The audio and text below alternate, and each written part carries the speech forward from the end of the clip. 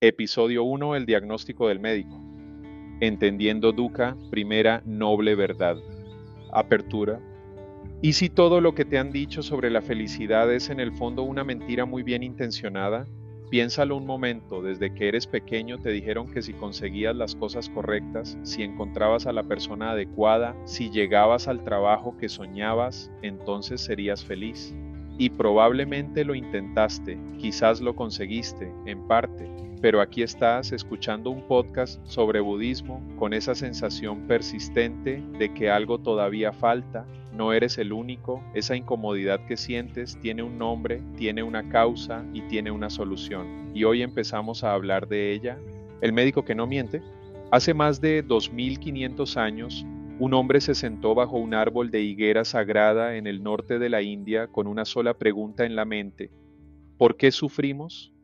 No era un filósofo encerrado en una torre de marfil.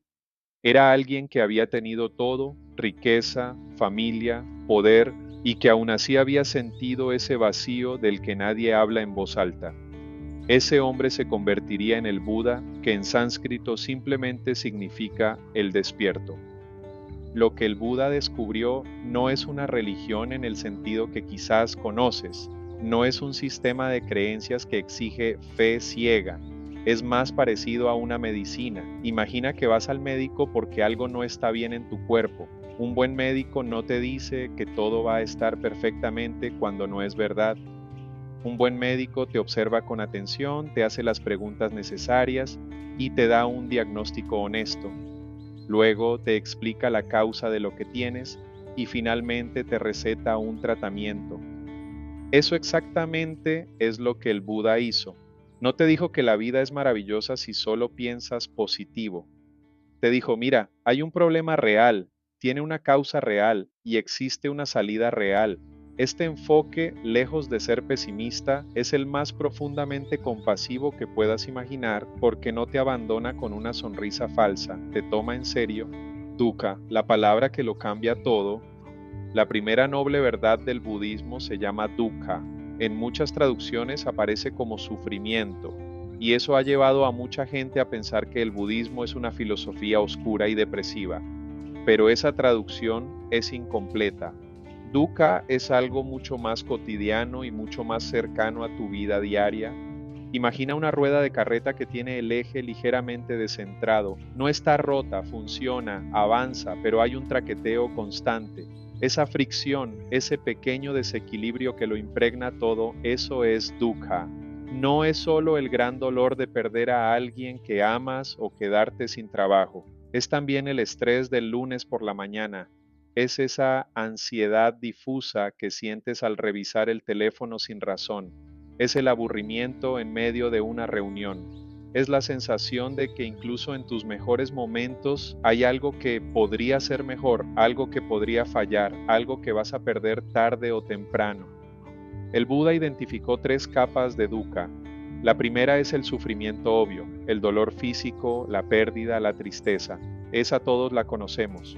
La segunda es el sufrimiento del cambio, esa melancolía que aparece incluso en medio de los buenos momentos, porque sabes, aunque no lo digas, que no van a durar para siempre. La tercera es la más sutil de todas, el sufrimiento de la existencia condicionada, la sensación básica de que vivir implica siempre buscar algo, siempre depender de algo externo para estar bien.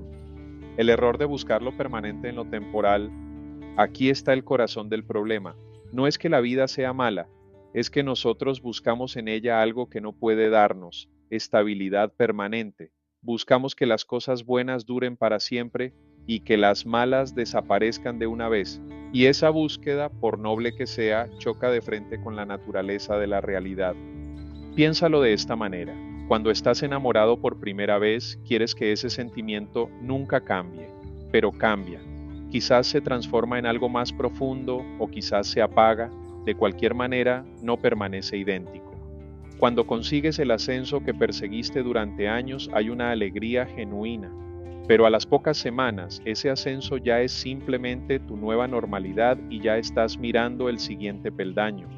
Esto no es un defecto de tu carácter, es la estructura misma de cómo funciona la mente y la realidad. El Buda no te dice que dejes de amar o de tener metas, Te dice que veas con claridad, que cuando amas, ames sabiendo que las cosas cambian, que cuando triunfas disfrutes sin aferrarte, que cuando pierdas lo veas como parte del mismo proceso que te dio lo que un día tuviste. El alivio del diagnóstico honesto. Hay algo paradójico que quiero que notes. Muchas personas, cuando escuchan por primera vez la primera noble verdad, cuando el Buda les dice que la insatisfacción es parte intrínseca de la vida, sienten no un peso, sino un alivio. ¿Por qué? Porque durante años se han dicho a sí mismas que si se sienten así, si sienten esa fricción, ese vacío, ese desasosiego, es porque algo está mal en ellas, que no son suficientemente agradecidas, que no trabajan suficiente, que no son lo bastante espirituales, y de repente alguien llega y les dice, no, no estás rota, esta es la condición humana, todos, absolutamente todos, la experimentan, incluso los más sabios, incluso los más ricos, incluso los más santos. El diagnóstico no es una condena, es el primer paso hacia la cura. Y esto, querida persona que me escuchas, es la diferencia entre el budismo y muchos sistemas de autoayuda. No te vende la ilusión de que si haces los pasos correctos, ya nunca más vas a sentirte mal. Te ofrece algo mucho más valioso, una comprensión tan profunda de la naturaleza del sufrimiento que ya no te puede sorprender ni hundir de la misma manera. El primer paso práctico. Hoy no te pido que medites durante horas, te pido algo más simple y más difícil al mismo tiempo. Te pido que durante el día de hoy, cuando sientas cualquier incomodidad, desde el estrés menor hasta la frustración genuina, en lugar de alejarte de ella inmediatamente, te detengas un segundo y digas en silencio, esto es dukkha, no como una queja, no como una resignación, sino como un reconocimiento sereno. Esto es parte de la experiencia humana. Lo estoy viendo, no me está controlando. Ese pequeño acto de reconocimiento es en sí mismo el inicio del despertar, porque no puedes curar lo que no estás dispuesto a ver. Y el Buda, como el mejor médico que pudo haber existido, te invita primero a mirar con honestidad y sin miedo lo que realmente está sucediendo en tu interior. En el próximo episodio vamos a descubrir uno de los fenómenos más fascinantes y agotadores de la mente humana.